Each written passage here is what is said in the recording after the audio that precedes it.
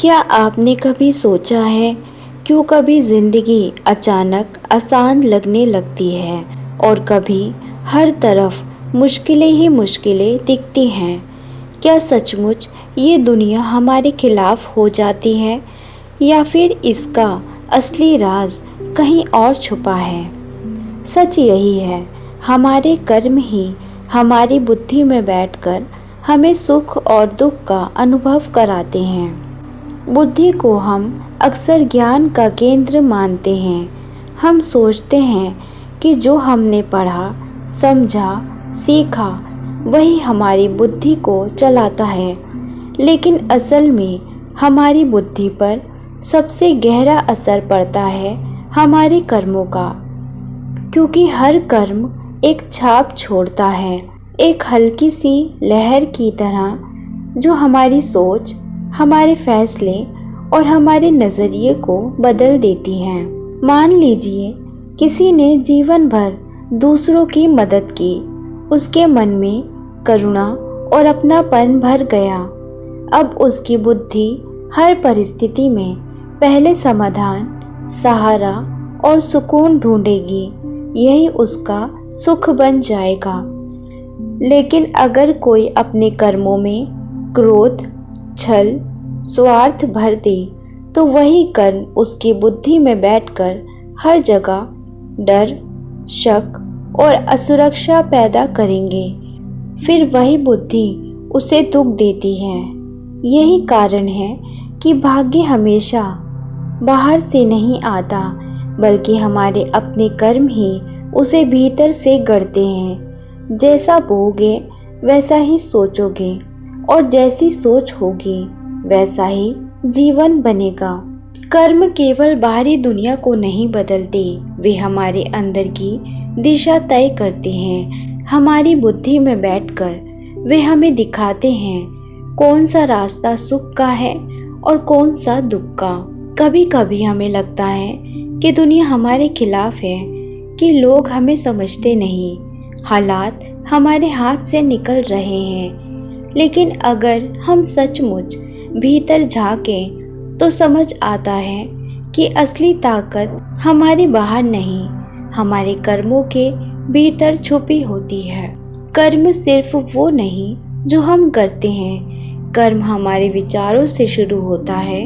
एक विचार जन्म लेता है, फिर वो बोल में बदलता है और अंत में काम में। यानी हमारे हर काम का बीज हमारी सोच है।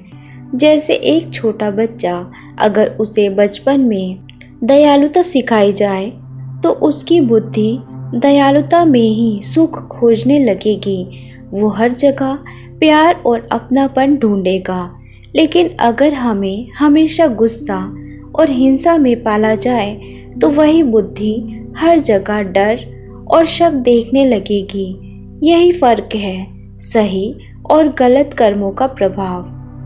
हमारे किए गए हर छोटे कर्म हमारी बुद्धि पर एक छाप छोड़ते हैं। ये छाप कभी मिटती नहीं, वे जमा होती जाती है और धीरे धीरे हमारी पूरी सोच को ढाल देती है।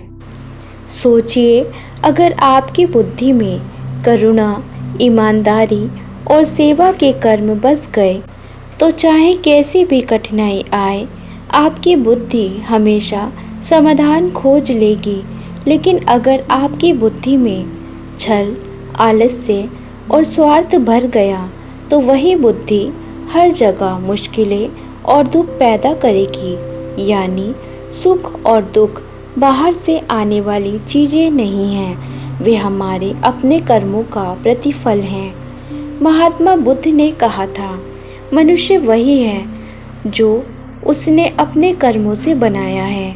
उन्होंने एक बार अपने शिष्य को समझाया, अगर कोई गाली देता है और तुम जवाब में चुप रहते हो तो वह गाली उसी को वापस लौट जाती है।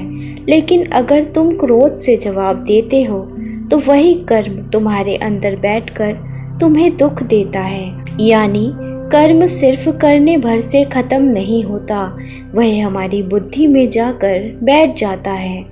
कभी कभी हमें लगता है कि हमारी तकदीर खराब है, लेकिन सच यही है कि तकदीर खराब करने वाले भी हम ही हैं अपने कर्मों से, और उसे बेहतर बनाने वाले भी हम ही हैं अपने कर्मों को बदलकर। तो अगर आप जीवन को बदलना चाहते हैं तो सबसे पहले अपने कर्मों को बदलिए।